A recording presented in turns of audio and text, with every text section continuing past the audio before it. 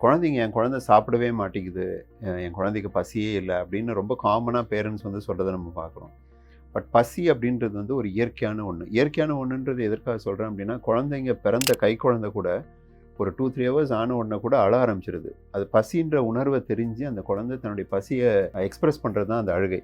So அப்படின்னா ஒரு கைக்குழந்தையாலேயே தன்னுடைய பசிய உணர்ந்து சொல்ல முடியும் அப்படின்னா, நார்மலா இருக்க எல்லா குழந்தைங்களுமே சாப்பாடு கிடைக்கல, அவர் போடல அப்படின்னா, பசின்ற உணர்வு இயற்கையாவே வரும்.